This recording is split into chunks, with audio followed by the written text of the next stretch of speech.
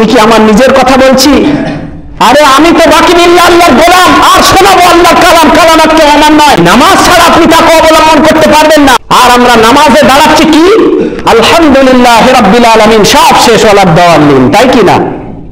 না, আপনি বলছেন আলহামদুলিল্লাহ রাব্বিল আলামিন, আমি প্রশংসা করছি আল্লাহ সুবহানাহু ওয়া তাআলা। তখন আল্লাহ আপনাকে উত্তর দেয়, হামিদানি আব্দি, ও বান্দা আমি তোর কাছে হাজির।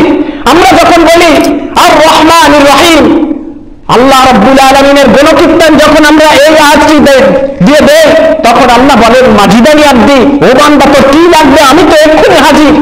আমরা যখন তৃতীয়বার বলি মালিকি ইয়াউমিদ্দিন, বিচার দিবসের মালিক, তখন আল্লাহ রাব্বুল আলামিন বলেন আফনা আলাইহি আব্দি, ও বান্দা আমি তোর রগের আরো কাছে রে, তুই কেন আমাকে ভুলে গেছিস? তুই কেন আমাকে বিবৃত কর জানিয়ে স্রোতের মতো চলে যাচ্ছিস? একবারে এই কথাগুলো ভাবছিস না? আমি কি আমার নিজের কথা বলছি? আরে আমি তো বাকি বিল্লাহ আল্লাহর গোলাম, আর শোনাবো আল্লাহর কালাম। কালাম একটা আমার নয়। আল্লাহ রাব্বুল আলামিনের পবিত্র কোরআন সাক্ষী। সূরা নিসার 103 নম্বর আয়াতে আল্লাহ রাব্বুল আলামিন স্পষ্ট ভাবে জানাচ্ছেন, ইন্নাস সালাতা কানাত আলাল মুমিনিনা কিতাবাম মাওকুতা, নিশ্চয় মুমিনদের উপরে নির্দিষ্ট সময়ে নামাজকে ফরজ করা হয়েছে। কিন্তু এই নামাজ সম্পর্কে আমরা গাফেল। একজন মুমিনের সর্বপ্রথম দায়িত্ব হওয়া দরকার নামাজ। আল্লাহ রাসূল সাল্লাল্লাহু আলাইহি সাল্লামের জামানায় সর্বপ্রথম যারাই ইসলাম গ্রহণ করতেন, আল্লাহ রাসূল সাল্লাল্লাহু আলাইহি সাল্লাম নামাজের জন্য তাকিদ দিতেন। ইমাম বাইহাকি বলছেন, রাসূলুল্লাহ বলেছেন, আউয়ালু মা ইউহাসাবু বিহিল আবদু ইয়াউমাল কিয়ামাতিস সালাহ, বান্দার সর্বপ্রথম নামাজের জন্য হিসাব নেওয়া হবে। কিয়ামতের দিন সর্বপ্রথম নামাজের হিসাব নেওয়া হবে। নামাজ যদি ঠিক থাকে তো সব ঠিক, আর নামাজ যদি গলত হয়ে যায়, ভুল হয়ে যায়, তো সব আপনার জিন্দেগি বরবাদ হয়ে যাবে, এতে কোনো সন্দেহ নেই।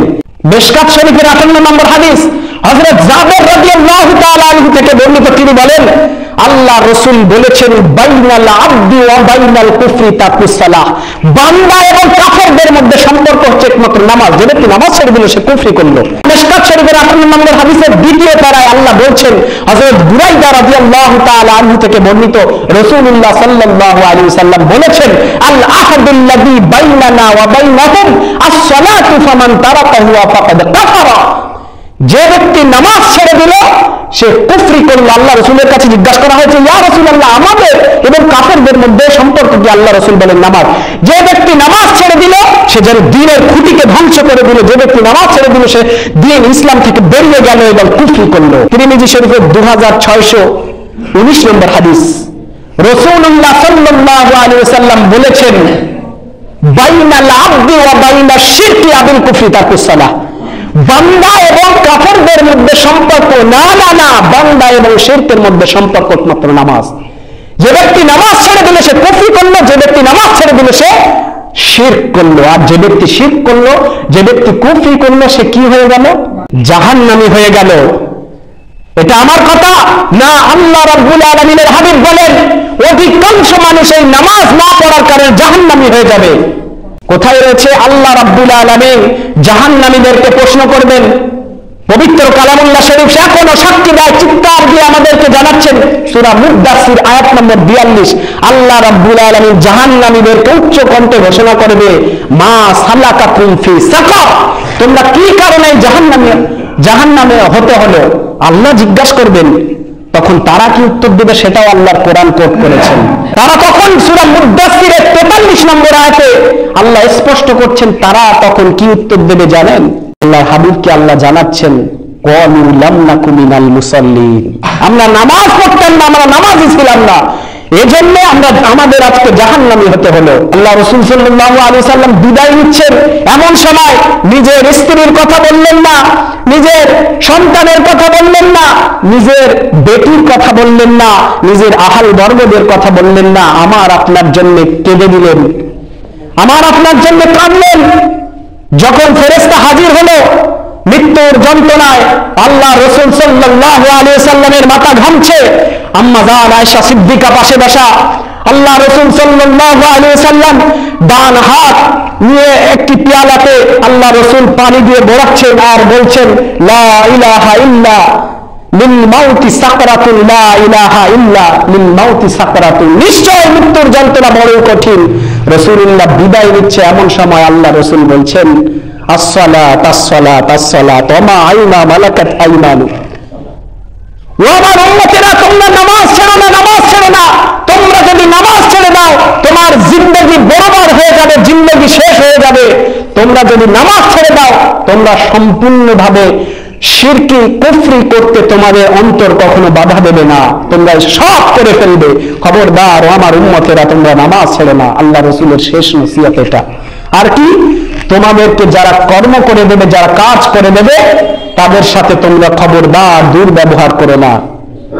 আল্লাহ রাসূল সাল্লাল্লাহু আলাইহি ওয়াসাল্লাম বলেছেন, যদি কোনো ব্যক্তি 5 ওয়াক্ত সালাত আদায় করে খুশু খুজুর সাথে, আল্লাহ রাসূল সুসংবাদ জানিয়েছেন। আসসালামু আলাইকুম ওয়া রাহমাতুল্লাহি ওয়া বারাকাতুহু। আলহামদুলিল্লাহি রাব্বিল আলামিন ওয়াস সালাতু ওয়াস সালামু আলা রাসূলিহিল কারীম ওয়া আলা আলিহি ওয়া আসহাবিহি আজমাইন, আম্মা বা'দ। أعوذ بالله من الشيطان الرجيم. بسم الله الرحمن الرحيم. قال الله تعالى: واتقوا الله. صدق الله العظيم. قال النبي صلى الله عليه وسلم: أول ما يحاسب به العبد يوم القيامة الصلاة. أو كما قال عليه الصلاة والسلام. প্রশংসা ওই আল্লাহ সুবহানাহু ওয়া তাআলা, যিনি আমাদের সকলকে একত্রিত করে আমাদেরকে ভালোবেসে তার ঘরে আসার তৌফিক দান করেছেন। আমরা সকলে বলি আলহামদুলিল্লাহ।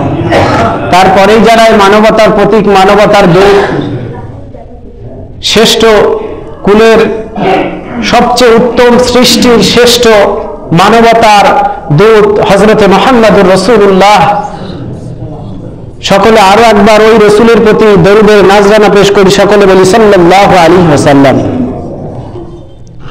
শুরুতেই আমি আপনাদেরকে শুনিয়েছি আল্লাহ সুবহানাহু ওয়া তাআলার পবিত্র কালাম থেকে।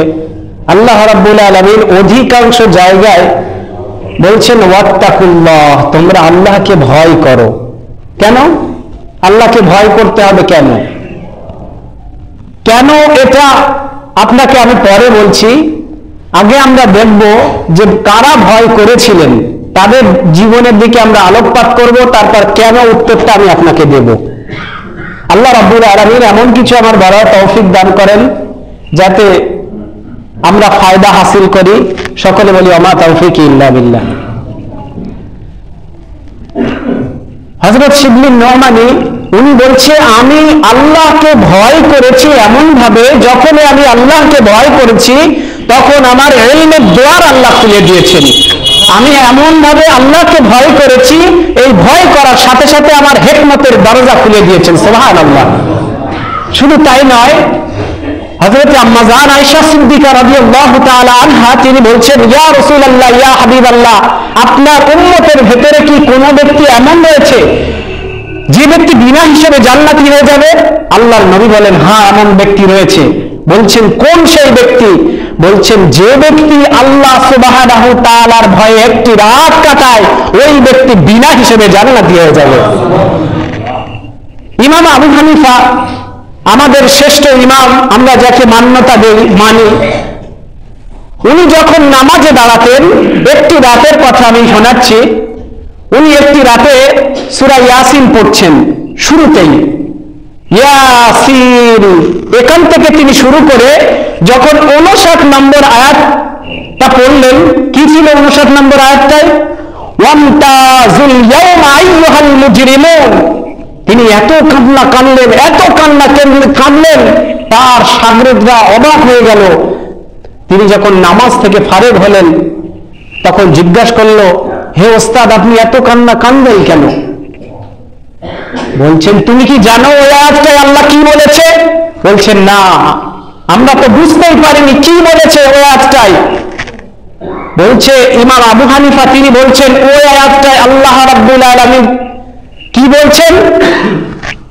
और जुर्म के आज क़यामत के दिन अहले ईमान वालों से अलग हो जाओ, अहले ईमान वालों से अलग हो जाओ। বলছে কিয়ামতের দিন আল্লাহ রাব্বুল আলামিন বলবেন,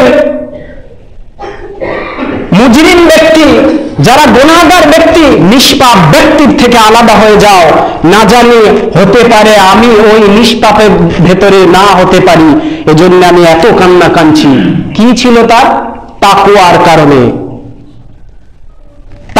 কারণে হযরত ওমর ফারুক রাদিয়াল্লাহু তাআলা তিনি বলছেন, আমি আল্লাহ সুবহানাহু ওয়া তাআলার কাছে এতটা আশা করি যে সব মানুষ আল্লাহ রাব্বুল আলামিন যদি সব মানুষকে জাহান্নামী করে, তাহলে আমি আশাবাদী, আমি আশা রাখি আল্লাহর কাছে যে একজন মানুষকে যদি আল্লাহ জান্নাতে দেয়, তাহলে আমাকে আল্লাহ জান্নাতে দেবে। সুবহানাল্লাহ। তবে আমাদের উপায় কি? তাই কি না? বলছে আমি আল্লাহকে এত বড় ভয় করি, সব মানুষকে আল্লাহ যদি জাহান্নামী বা সব মানুষকে আল্লাহ যদি জান্নাতে দেয়, আর একজন মানুষকে যদি আল্লাহ জাহান্নামে দেয়, তাহলে ওই জাহান্নামের ভেতরে ওই একজন মানুষ হয়তো আমি। আল্লাহু আকবার। তিনি এতটা আল্লাহকে ভয় করতেন, কিন্তু সেই ভয় আমাদের থেকে উঠে গেছে। হযরত আবু বকর তিনি কত বড় মনের মানুষ। হযরত আবু বকর, যার সম্পর্কে আল্লাহ রাসূল বলেছেন যে আমি কোন মানুষকে যদি কবরে ভেতরে নিয়ে যেতে পারতাম, বন্ধু হিসেবে নিয়ে যেতাম, তাহলে আবু বকরকে নিয়ে যেতাম। আর সেই মানুষটার জীবনী একটু খেয়াল করে দেখেন, সে আবু বকর সিদ্দিক তিনি যখন বনে জঙ্গলে চলে যেতেন আর নিজেকে ধিক্কার দিয়ে বলতেন, ওহে আবু বকর, তুমি যদি গাছের পাতা হয়ে যেতে, তাহলে তুমি দুনিয়াতেই শেষ হয়ে যেতে, তোমার কোনো কৈফিয়ত দিতে হতো না। ওহে আবু বকর, তুমি যদি বনের পশু হয়ে যেতে, ওহে আবু বকর, তুমি যদি ঘাস হয়ে যেতে, মানুষ তোমাকে মারিয়ে ফেলতো, তোমাকে কৈফিয়ত দিতে হতো না। সেই মনের মানুষ আবু বকর তিনি একজন সাহাবীকে একটু কটু কথা বলে ফেললেন, রাবে আসলামীকে। তিনি সঙ্গে সঙ্গে তাকওয়া অবলম্বন করলেন। তিনি বললেন, ওহে রাবে আসলামী, তুমি আমার কটু কথা বলে আদায় করো। বলছে, না, আমি এটা বলতে পারবো না। যার সম্পর্কে আল্লাহ রাসূল সাল্লাল্লাহু আলাইহি ওয়াসাল্লাম সুসংবাদ দিয়েছে, আমি তাকে এটা বলতে পারবো না। কে বলছেন? রাবে আসলামী। বলছে, তুমি যদি না বলো, তাহলে আমি রাসূলের কাছে শিকায়ত দেব। আসলে ভুলটা কে করেছিলেন? আবু বকর। তিনি তাকওয়ার কারণে বলছেন, রাবে আসলামী, তুমি আমাকে কটু কথা বলো। রাসূলের কাছে শিকায়ত দিল। তিনি নিজেই গিয়ে স্বীকার দিল, বলছে যে আমাকে তিনি ক্ষমা করেনি। বলছে, ওহে আবু বকর, আমি আল্লাহর রাস্তায় তোমাকে ক্ষমা করে দিলাম, আমি তোমাকে কটু কথা বলতে পারবো না। তিনি এতটা তাকওয়া অবলম্বন করতেন, এতটা আল্লাহর ভয় করতেন, সামান্য মানুষকে একটু কষ্ট দিয়েছেন কথায়, তাই তিনি রাসূলের কাছে শিকায়ত দিয়েছেন। হযরত ওমর ফারুক, তার জিন্দেগি কেমন ছিল? তিনি যখন বনে জঙ্গলে চলে গিয়ে আর নিজেকে ধিক্কার দিয়ে বলতেন, ওহে ওমর, তুমি যদি দুনিয়াতে না আসতে, তোমার মা যদি তোমাকে গর্ভে ধারণ না করতো, কতই না উত্তম হতো। তুমি যদি পাখি হয়ে যেতে, তোমাকে কেউ দুনিয়াতেই শেষ করে দিত, ঘাস হয়ে যেতে, কেউ মারিয়ে দিত, পাতা হয়ে যেতে, গাছ পাকালি সব হয়ে যেতে, তাহলে তুমি দুনিয়াতে শেষ হয়ে যেত, তাহলে তোমার কোন আল্লাহ রাব্বুল আলামিনের কাছে কৈফিয়ত দিতে হতো না। কে বলছেন? আল্লাহ রাসূল যার সম্পর্কে বলেছেন, লাউ কানা বা'দা ওমর, আমার পরে যদি কেউ ওমর নবী হতো, তাহলে আমার ওমর হয়ে যেত। সেই ওমর বলছে যে আমি যদি মানুষ না হয়ে আমি অন্য কিছু হয়ে যেতাম, আল্লাহ সুবহানাহু ওয়া তাআলার দরবারে দাঁড়াতে হতো না। আল্লাহু আকবার। কেমন ছিলেন তারা? তো তাকওয়া অবলম্বন করলে এবারে আসুন সেই কথায়, আল্লাহ রাব্বুল আলামিন আপনার দুনিয়ার পথ চলাকে সহজ করে দেবে। আর এই তাকওয়া অবলম্বন কিভাবে আপনি করবেন? কিভাবে আপনি করবেন? আমরা চলছি দুনিয়াতে, চলছি, আমরা মনে করি যে এই জিন্দেগিটাই চিরস্থায়ী, আর কোন জিন্দেগি নেই, আমরা মারা গেলে শেষ। না, আপনি ভুল ভাবছেন। মারা গেলে ওটাই আসল জিন্দেগি, ওটাই জনমান্তরের জিন্দেগি। এটা তো ক্ষণিকের মাত্র স্থান। আমার ওস্তাদ বলছিলেন যে আখিরাতের তুলনায় দুনিয়াতে 3 সেকেন্ড মানুষ রয়েছে, আখিরাতের তুলনায় 3 সেকেন্ড মানুষ অতিবাহিত করছে। তাহলে চিন্তা করেন, আসল জিন্দেগির কথা আমরা সম্পূর্ণভাবে ভুলে গেছি। তো কিভাবে আপনি এই তাকওয়া অবলম্বন করবেন? নামাজ। এই নামাজ ছাড়া আপনি তাকওয়া অবলম্বন করতে পারবেন না। আর আমরা নামাজে দাঁড়াচ্ছি কি? আলহামদুলিল্লাহ রাব্বিল আলামিন, সব শেষ ওয়ালাদ দাওয়ালিন, তাই কি না? না, আপনি বলছেন আলহামদুলিল্লাহ রাব্বিল আলামিন, আমি প্রশংসা করছি আল্লাহ সুবহানাহু ওয়া তাআলা। তখন আল্লাহ আপনাকে উত্তর দেয়, হামিদানি আব্দি, ও বান্দা আমি তোর কাছে হাজির। আমরা যখন বলি আর রহমানির রহিম, আল্লাহ রাব্বুল আলামিনের গুণকীর্তন যখন আমরা এই আয়াতটি দিয়ে দেই, তখন আল্লাহ বলেন মাজিদানি আব্দি, ও বান্দা তোর কি লাগবে, আমি তো এক্ষুনি হাজির। আমরা যখন তৃতীয়বার বলি মালিক মালিকি ইয়াউমিদ্দিন, বিচার দিবসের মালিক। তখন আল্লাহ রাব্বুল আলামিন বলেন আফনা আলাইহি আব্দি, ও বান্দা আমি তোর নজরে আরো কাছে রে, তুই কেন আমাকে ভুলে গেছিস, তুই কেন আমাকে বিবৃত কর জানিয়ে স্রোতের মতো চলে যাচ্ছিস, একবারে এই কথাগুলো ভাবছিস না? তাহলে একমাত্র স্থান হচ্ছে তাকওয়া অবলম্বনের জন্য নামাজ। আমি কি আমার নিজের কথা বলছি? আরে আমি তো বাকি বিল্লাহ আল্লাহর গোলাম, আর শোনাবো আল্লাহর কালাম, কালাম একটা আমার নয়, আল্লাহ রাব্বুল আলামিনের পবিত্র কোরআন সাক্ষী। সূরা নিসার 103 নম্বর আয়াতে আল্লাহ রাব্বুল আলামিন স্পষ্ট ভাবে জানাচ্ছেন ইন্নাস সালাতা কানাত আলাল মুমিনিনা কিতাবাম মাওকুতা, নিশ্চয় মুমিনদের উপরে নির্দিষ্ট সময়ে নামাজকে ফরজ করা হয়েছে। কিন্তু এই নামাজ সম্পর্কে আমরা গাফেল। একজন মুমিনের সর্বপ্রথম দায়িত্ব হওয়া দরকার নামাজ। আল্লাহ রাসূল সাল্লাল্লাহু আলাইহি সাল্লামের জামানায় সর্বপ্রথম যারাই ইসলাম গ্রহণ করতেন আল্লাহ রাসূল সাল্লাল্লাহু আলাইহি সাল্লাম নামাজের জন্য তাকিদ দিতেন। শাবুল ঈমান গ্রন্থে ইমাম বাইহাকি তিনি কোট করেছেন, ইমাম বাইহাকি বলছেন রাসূলুল্লাহ বলেছেন আউয়ালু মা ইউহাসাবু বিহিল আবদু ইয়াউমাল কিয়ামাতিস সালাহ, বান্দার সর্বপ্রথম নামাজের জন্য হিসাব নেওয়া হবে। কিয়ামতের দিন সর্বপ্রথম নামাজের হিসাব নেওয়া হবে। নামাজ যদি ঠিক থাকে তো সব ঠিক, আর নামাজ যদি গলত হয়ে যায়, ভুল হয়ে যায়, তো সব আপনার জিন্দেগি বরবাদ হয়ে যাবে, এতে কোনো সন্দেহ নেই। একটু দৃষ্টান্ত আপনাকে শোনায়, নামাজ পড়লে আপনি কি পাবেন। এটা রয়েছে বুখারী শরীফের 528 নম্বর হাদিস। হযরত আবু হুরায়রা রাদিয়াল্লাহু তাআলা আনহু থেকে বর্ণিত, তিনি বলছেন আমরা বসেছিলাম আর রাসূলুল্লাহ সাল্লাল্লাহু আলাইহি সাল্লাম বলছেন, ও আমার সাহাবীরা রে, তোমরা বলো তো দেখি তোমাদের বাড়ির সামনে একটি নহর রয়েছে, স্বচ্ছ নহর, তাতে কোনো কিছু নেই, পুরো স্বচ্ছ পানি রয়েছে, আর কেউ যদি দিনে ওই নহরে 5 বার গোসল করে তাহলে তার দেহে ময়লা থাকতে পারে কিনা?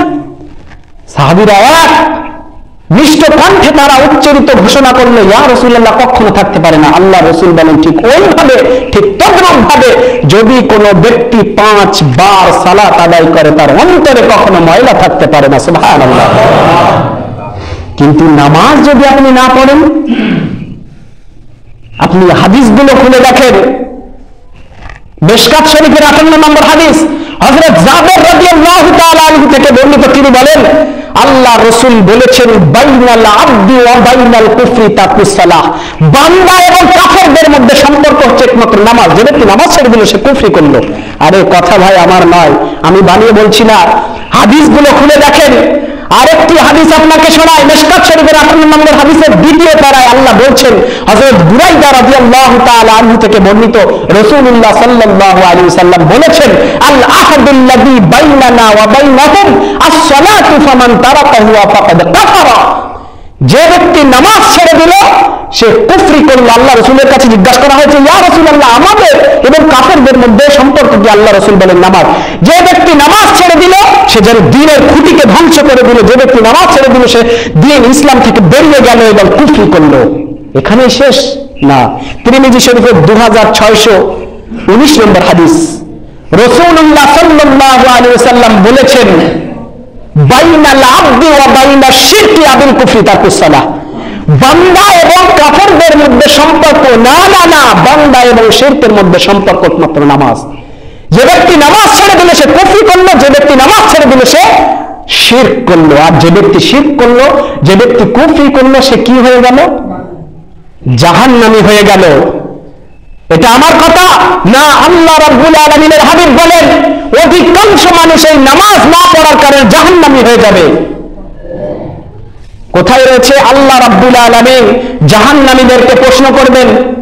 পবিত্র কালামুল্লাহ শরীফ এখনো সাক্ষী দেয়, চিৎকার দিয়ে আমাদেরকে জানাচ্ছেন, সূরা মুদ্দাসির আয়াত নম্বর 42, আল্লাহ রাব্বুল আলামিন জাহান্নামীদেরকে উচ্চ কণ্ঠে ঘোষণা করবে মা সালাকাকুম ফি সাকার, তোমরা কি কারণে জাহান্নামে হতে হলো?